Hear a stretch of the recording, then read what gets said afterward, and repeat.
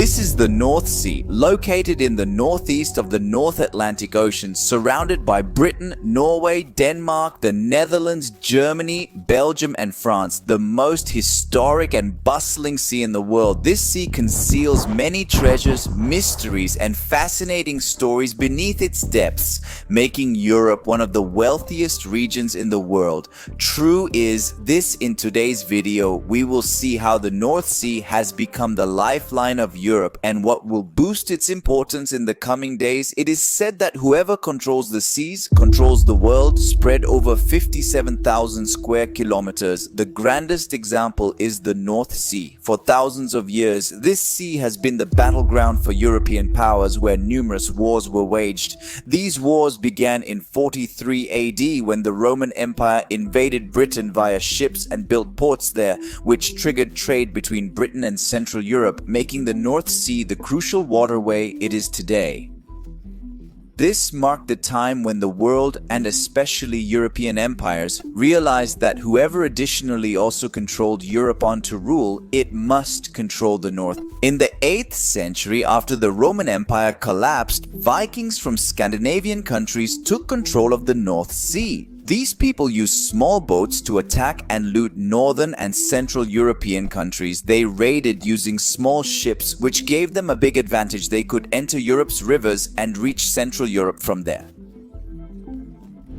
All of Europe was tired of them. In response to their looting, some German merchants formed an organization called the Hanseatic League.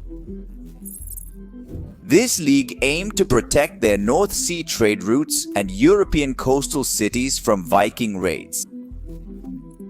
This idea gradually became so popular that businessmen from the rest of Europe, also ISA organization, grew in similarity. These people built large navy ships and trade posts to protect against Viking attacks. By the 15th century, the Hanseatic League's influence was so vast it controlled the North Sea, from Estonia to the UK and France. The North Sea was now safe for trade, with strong posts built and a navy unrivaled in Europe.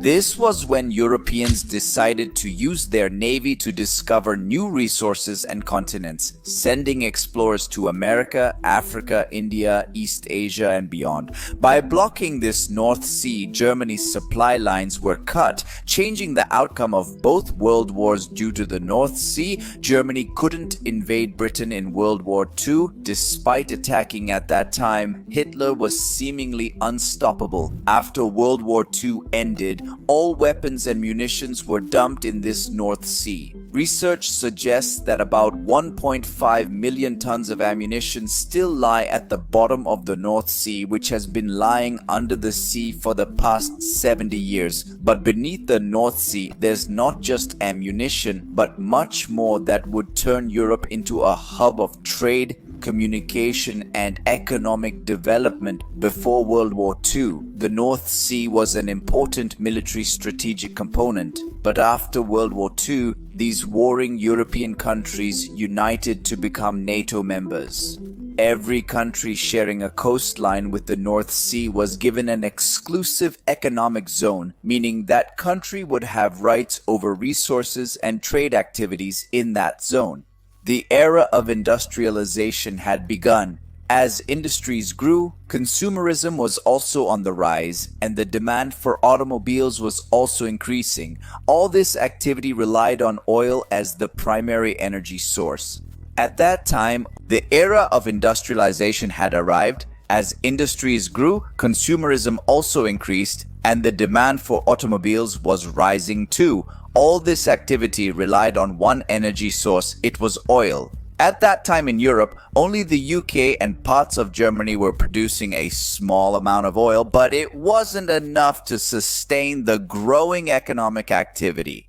And so, for its energy requirements, all of Western Europe was heavily dependent on the Middle East, but then something happened that would change this situation. In 1969, near Groningen in the Netherlands, huge natural gas reserves were discovered. After this discovery, all North European countries, especially the UK and Norway, began aggressively searching for oil and gas in the North Sea, as these two countries had the largest economic zones in the North Sea. Massive exploration campaigns were launched. Extensive drilling was carried out, but even after 200 attempts, nothing came of it. Everyone had become discouraged. Then, in 1969, a company called Phillips Petroleum decided to give it one last try. This time, they drilled at the very edge of Norway's EEZ, where the EEZs of UK, Netherlands, Germany, and Denmark meet. They started drilling there.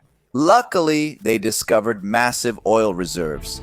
This discovery changed Norway's destiny. A poor country exporting fish and timber had now become the world's largest oil producer. Soon, the UK also discovered oil and gas reserves in the area. After these finds, the UK met 90% of its oil needs from this North Sea field. It only had to import 10% of its oil from elsewhere. Due to these oil reserves, unlike other European countries today, the UK isn't dependent on any external country for energy. That's why it didn't face a severe.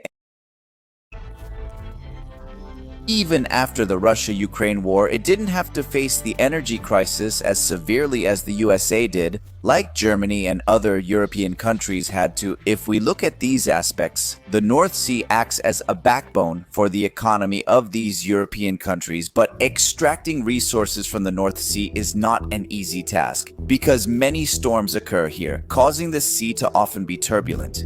In the past 7 years, many accidents have also happened here, and thousands of people have lost their lives, often due to waves from the Atlantic Ocean. Waves in the North Sea rise dangerously high, and ships passing through here face a lot of difficulties, and the oil and gas reserves in the North Sea are rapidly depleting. It's possible that in a few years, the dynamics of the North Sea might change completely, whatever may come in the future.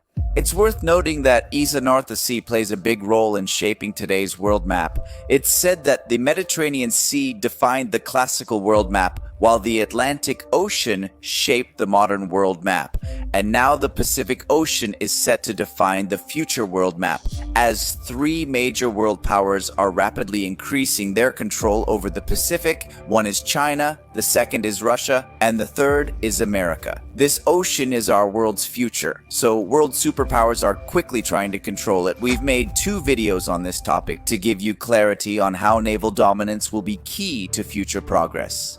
The stronger a country's navy and its control over world's oceans, the greater its global status and influence. These are all the sources we consulted for today's video. See you in the next video with another interesting topic.